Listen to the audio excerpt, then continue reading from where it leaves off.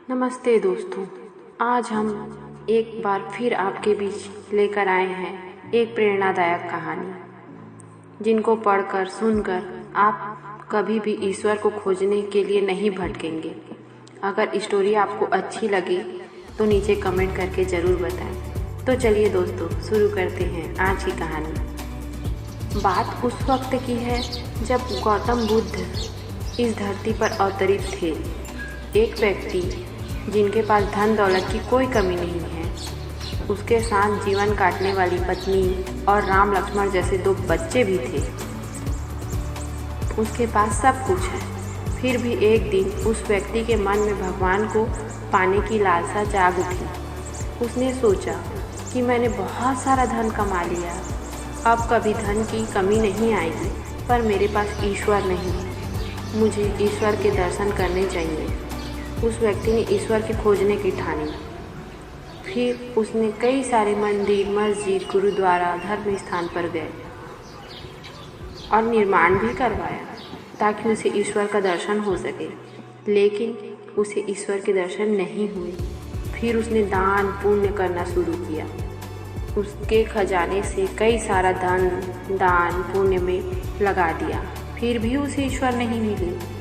फिर उस व्यक्ति ने सोचा कि अब मैं बड़े बड़े धामों को तीर्थ यात्रा करता हूँ। उस व्यक्ति ने कई तीर्थ स्थानों के दर्शन किए। ऐसे ही 20 साल गुजर गए, पर उस व्यक्ति को ईश्वर नहीं मिले। भगवान को पाने की कोशिश करते करते वो इंसान थक सा गया। आखिरकार वो एक दिन महात्मा बुद्ध के पास गए और कहने लगे कि महात्मा जी, मैं 20 साल से ईश्वर को खोज रहा हूँ, पर मुझे ईश्वर कहीं भी नहीं मिले।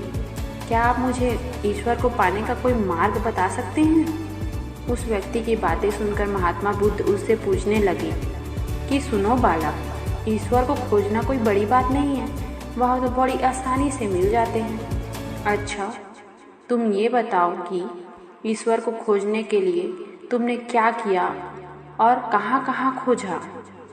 वह व्यक्ति खुद को पूरी बात बताता कि मैंने सारे मंदिरों और धर्म स्थानों का निर्माण किया, दान पुण्य किए और कई सारे तीर्थ स्थानों की यात्रा भी की, फिर भी मुझे ईश्वर कहीं नहीं मिले। महात्मा बुद्ध उसकी इस बात को सुनकर हंस पड़े और कहा, ठीक है, तुम्हें ईश्वर के दर्शन करने हैं ना, तुम कल शाम को मेरे पास आना, तुम्हें ईश्वर मिल जाएंगे।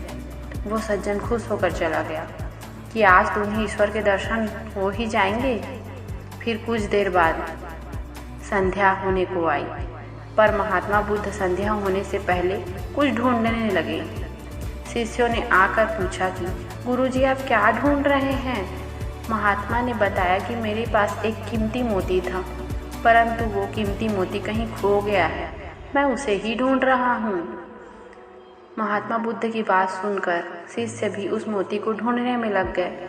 सभी मोती को ढूंढ ही रहे थे कि इतने में वह व्यक्ति वहां पहुंचा और उसने देखा कि कुटिया के बाहर महात्मा बुद्ध और उसके शिष्य कुछ ढूंढ रहे हैं। उस व्यक्ति ने बुद्ध के पास जाकर पूछा कि गुरुजी, आप सब क्या ढूंढ रहे हो? महात्मा बुद्ध ने बताया कि मेरा कीमती मोती खो गया है, उसे ही ढूंढ रहा हूँ।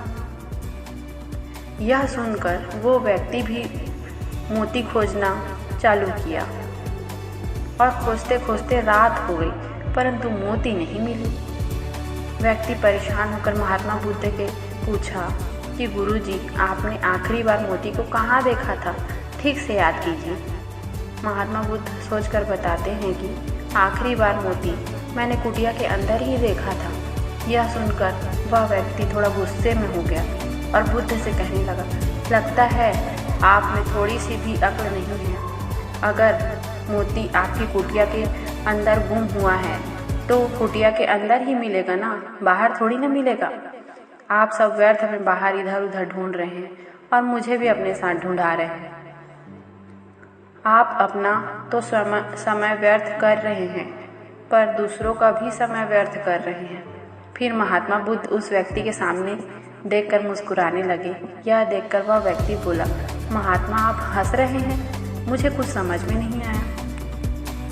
महात्मा बोले, वत्स, मैं तुम्हें यहाँ बुलाकर यही तो समझाना चाहता था कि जिस ईश्वर को तुम 20 सालों से बिना सोचे समझे इधर उधर ढूंढ रहे हो, उसे तुमने कभी अपने अंदर की कुटिया में खोजा है?